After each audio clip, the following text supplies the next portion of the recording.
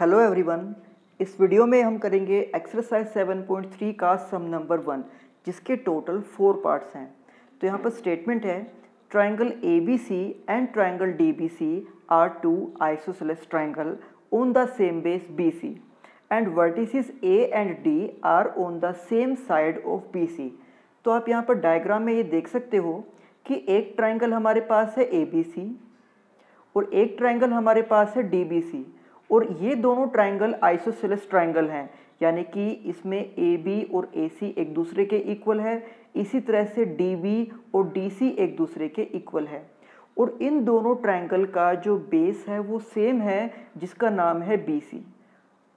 तो इस तरह से डायग्राम यहाँ पर ड्रॉ किया गया है। अब इसके अंदर आगे कहा गया है कि if AD is extended to intersect BC at P। तो यहाँ पर आप देख सकते हो कि ये जो एक लाइन है AD, इसको आगे एक्सटेंड किया गया, यानी कि प्रोड्यूस किया गया कि ये BC को पॉइंट P के ऊपर इंटरसेक्ट करे। तो अब हमें यहाँ पर ये प्रूफ करना है सबसे पहले पार्ट के अंदर कि triangle ABD is congruent to triangle ACD। तो आप यहाँ पर देख सकते हो कि ये है ट्राइंगल ABD और ये है ट्राइंगल ACD। तो फर्स्ट पार्ट में हमें इन दोनों ट्राइंगल्स को एक दूसरे के कॉन्ग्रुएंट प्रूफ करना है। सेकंड पार्ट में हमें प्रूफ करना है triangle ABP is congruent to triangle ACP। तो यहाँ पर आप डायग्राम में देख सकते हो कि ये है ट्राइंगल ABP और इसको हमें प्रूफ करना है कॉन्ग्रुएंट ट्राइंगल ACP के। थर्ड पार्ट में हमें प्रूफ करना है AP bisect angle A as well as angle D। तो बीच में जो लाइन ड्रॉ की गई है AP, इसके लिए हमें प्रूफ करना है कि ये जो AP है ये एंगल A को भी बाइसेक्ट करती है और ये एंगल D को भी बाइसेक्ट करती है। तो बाइसेक्ट का मतलब दो इक्वल पार्ट्स में डिवाइड करना, यानी कि हमें ये शो करना पड़ेगा कि ये एंगल इस एंगल के इक्वल है, इसी तरह से ये एंगल इस एंगल के इक्वल है। ये हमें यहाँ पर प्रूफ करना होगा, तभी हम कह सकते हैं कि AP ने एंगल A को बाइसेक्ट किया और फिर एंगल D को बाइसेक्ट किया। फोर्थ पार्ट में हमें प्रूफ करना है कि AP is the perpendicular bisector of BC, कि जो AP है ये BC का परपेंडिकुलर बाइसेक्टर है। परपेंडिकुलर का मतलब हमें प्रूफ करना होगा कि ये एंगल 90 डिग्री का है और बाइसेक्टर का मतलब हमें ये प्रूफ करना होगा कि जो BP है वो CP के इक्वल है। तो इस तरह से टोटल 4 पार्ट हमें यहाँ पर प्रूफ करने हैं। इसके लिए हम सबसे पहले यहाँ पर लिखते हैं गिवन। तो गिवन हमें है कि AB इक्वल्स टू AC और साथ में DB इक्वल्स टू DC। इसके बाद हम लिखेंगे टू प्रूफ। तो टू प्रूफ में हमने वापस उन्हीं 4 पार्ट्स को लिख दिया है जो इस सम के अंदर हमें प्रूफ करने हैं। तो जो सबसे पहला पार्ट है इसके अंदर हमें प्रूफ करना है triangle ABD is congruent to triangle ACD। तो आप यहाँ पर डायग्राम में देख सकते हो कि ये है ट्राइंगल ABD और ये दूसरा है इसी के राइट में ट्राइंगल ACD। तो हमें इन दोनों को एक दूसरे के कॉन्ग्रुएंट प्रूफ करना होगा, जिसके लिए हमें इसके किसी 3 पार्ट्स को इक्वल शो करना होगा। तो आप यहाँ पर डायग्राम में देखिए कि हम AB को AC के इक्वल लिख सकते हैं क्योंकि हमें ये स्टेटमेंट में गिवन है। इसके बाद हम DB को DC के इक्वल लिख सकते हैं, ये भी हमें स्टेटमेंट के अंदर गिवन है। और इसके बाद ये जो AD है ये AD दोनों ही ट्राइंगल की कॉमन साइड है, तो इस तरह से हम AD को AD के इक्वल लिख देंगे और साइड में इसका रीज़न हम लिख देंगे कॉमन। तो इस तरह से हम इन दोनों ट्राइंगल्स के अंदर ये टोटल 3 साइड्स को इक्वल शो करके इन ट्राइंगल्स को कॉन्ग्रुएंट दिखा सकते हैं। तो अब हम फर्स्ट पार्ट में यही लिखेंगे कि in triangle ABD and triangle ACD। सबसे पहले हमने लिखा AB इक्वल्स टू AC क्योंकि ये हमें गिवन है। फिर हमने लिखा है DB इक्वल्स टू DC, ये भी हमें स्टेटमेंट में गिवन है। और जो AD है वो उन दोनों ट्राइंगल की कॉमन साइड है, इसलिए हम इसको भी एक दूसरे के इक्वल लिख देंगे और साइड में इसका रीज़न आ जाएगा कॉमन। तो इस तरह से ट्राइंगल ABD कॉन्ग्रुएंट हो जाएगा ट्राइंगल ACD के। और यहाँ पर हमने रूल यूज़ किया है SSS, यानी कि साइड साइड साइड। अब इसके बाद सेकंड पार्ट के अंदर हमें प्रूफ करना है कि triangle ABP is congruent to triangle ACP। तो आप यहाँ पर डायग्राम में देखिए कि ये है ट्राइंगल ABP और ये है ट्राइंगल ACP। तो इन दोनों ट्राइंगल को हमें एक दूसरे के कोंग्रुएंट शो करना है। तो यहाँ पर भी हम किसी 3 पार्ट्स को इक्वल दिखाएंगे। सबसे पहले हम यहाँ पर लिखेंगे AB इक्वल्स टू AC, क्योंकि ये हमें यहाँ स्टेटमेंट के अंदर गिवन है। इसके बाद हम ये लिख सकते हैं कि जो AP है ये AP दोनों ही ट्राइंगल का एक कॉमन पार्ट है, यानी कि AP एक कॉमन साइड है दोनों ट्राइंगल के अंदर। तो इस तरह से इसको भी इक्वल हम दिखा सकते हैं। तो सबसे पहले हमने यहाँ पर दिखाया कि AB इक्वल्स टू AC, इसके बाद हम कह रहे हैं AP इक्वल्स टू AP। अब एक तीसरा पार्ट और हमें शो करना होगा इन ट्राइंगल को कोंग्रुएंट दिखाने के लिए।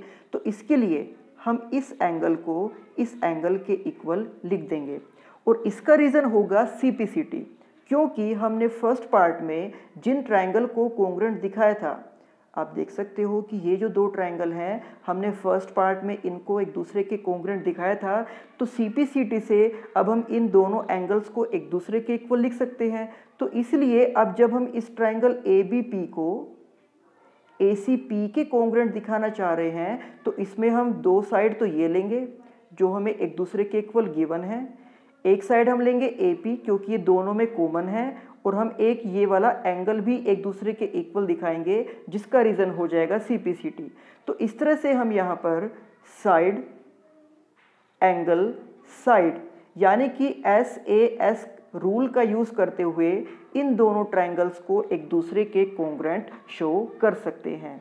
तो अब हम यहाँ पर सेकंड पार्ट में लिख देंगे कि in triangle ABP and triangle ACP, AB equals to AC which is given in the statement, AP equals to AP which is common in both triangles, and BAD is equal to angle CAD, the reason is CPCT। तो first part में हमने जिन 2 triangle को एक दूसरे के कोंग्रुएंट show किया था उन्हीं ट्राइंगल्स के इन 2 एंगल को एक दूसरे के इक्वल अब हम यहाँ पर सेकंड पार्ट में यूज़ कर रहे हैं।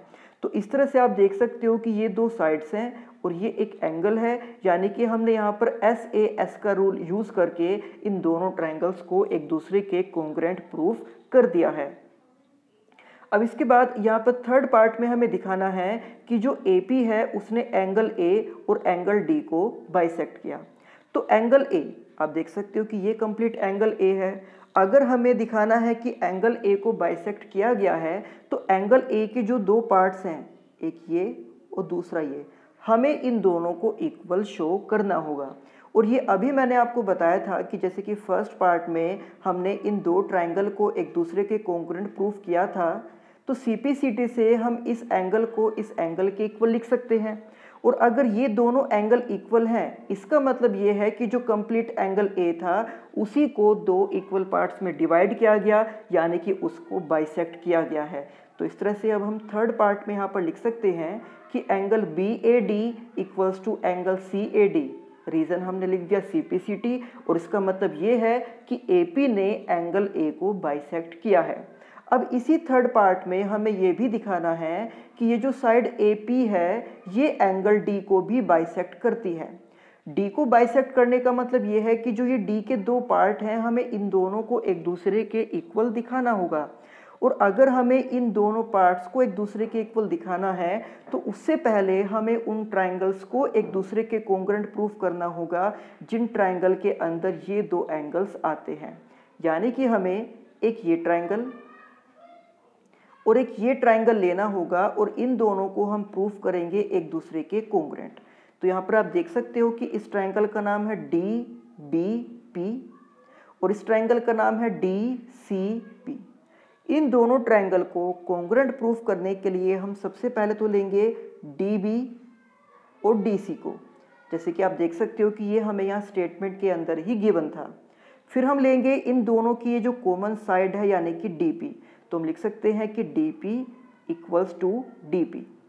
अब एक थर्ड पार्ट और हमें यहाँ पर इक्वल दिखाना होगा जिसके लिए हम यूज़ करेंगे इस BP और CP का, क्योंकि हमने सेकंड पार्ट में प्रूफ किया है कि ट्राइंगल ABP और ट्रायंगल ए सी पी एक दूसरे के कॉन्ग्रुएंट हैं।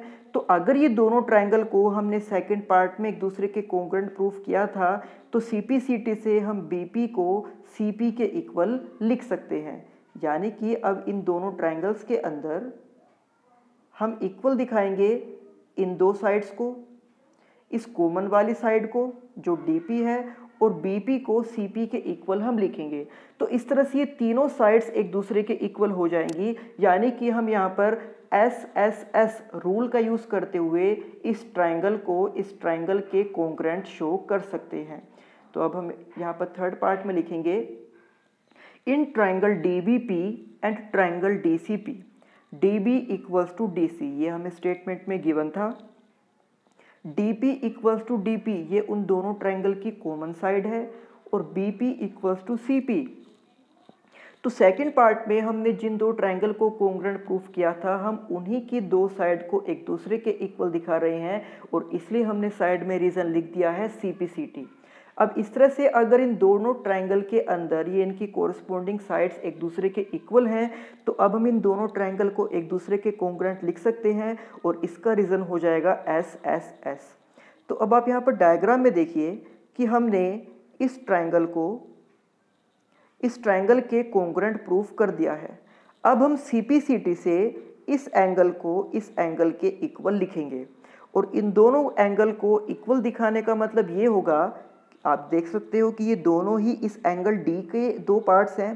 तो अगर ये दोनों एंगल एक दूसरे के इक्वल आ जाए तो इसका मतलब ये होगा कि यहाँ पर एंगल D को बाइसेक्ट किया गया है। तो अब यहाँ पर आप देखिए थर्ड पार्ट में हमने लिख दिया है कि अगर ये दोनों ट्रायंगल कॉन्ग्रुएंट हैं तो इनके जो दो पार्ट्स हैं, एक एंगल BDP और दूसरी तरफ हमने एंगल लिया है CDP, कि ये दोनों एंगल इक्वल हैं CPCT प्रॉपर्टी से। तो इसलिए अब हम ये लिख सकते हैं कि AP ने एंगल D को भी बाइसेक्ट किया है। तो इसी पार्ट में इससे पहले हमने प्रूफ किया था कि AP ने एंगल A को बाइसेक्ट किया। अब हमने प्रूफ किया है कि AP ने एंगल D को भी बाइसेक्ट किया है। दैट मीन्स हम ये लिख सकते हैं कि hence AP bisect angle A as well as angle D। तो अब फोर्थ पार्ट में हमें यहाँ पर प्रूफ करना है। आप यहाँ डायग्राम में देखिए AP is the perpendicular bisector of BC, कि ये जो लाइन AP है ये इस BC के ऊपर परपेंडिकुलर भी है और ये इसको बाइसेक्ट भी करती है, यानी कि इसको दो इक्वल पार्ट्स में डिवाइड भी करती है। तो जैसे कि आप देख सकते हो कि हमने सेकंड पार्ट में इन दोनों ट्रायंगल को एक दूसरे के कॉन्ग्रुएंट शो किया था। तो CPCT से हम BP को CP के इक्वल कह सकते हैं, यानी कि यहाँ से इतना प्रूफ हो जाएगा कि जो AP है वो इस BC का बाइसेक्टर है, यानी कि वो इसको दो इक्वल पार्ट्स में डिवाइड करता है। तो इसलिए अब हम फोर्थ पार्ट में लिखेंगे BP equals to CP। Reason इसका है CPCT। तो इसका मतलब हो जाएगा कि जो AP है उसने BC को बाइसेक्ट किया। अभी हमें उसको परपेंडिकुलर भी शो करना है, यानी कि अभी हमें ये भी शो करना है कि जो AP है वो BC के ऊपर परपेंडिकुलर है, यानी कि वो 90 डिग्री का एंगल बनाती है।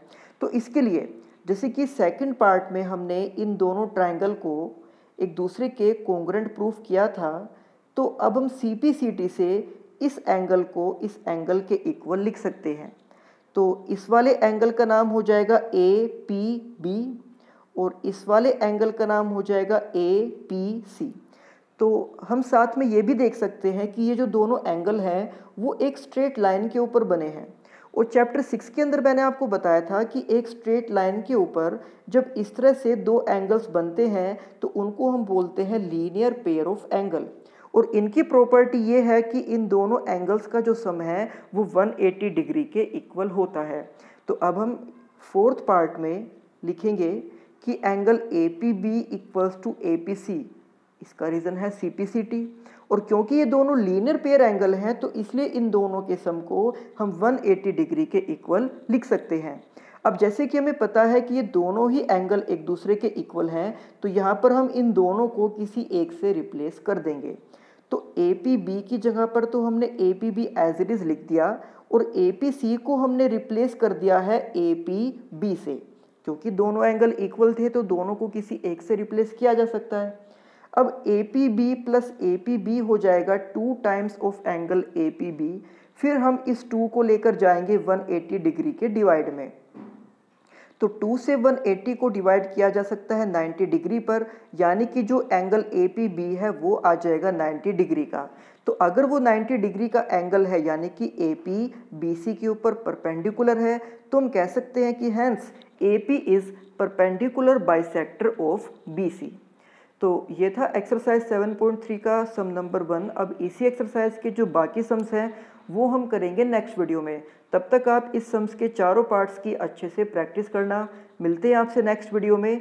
Thank you.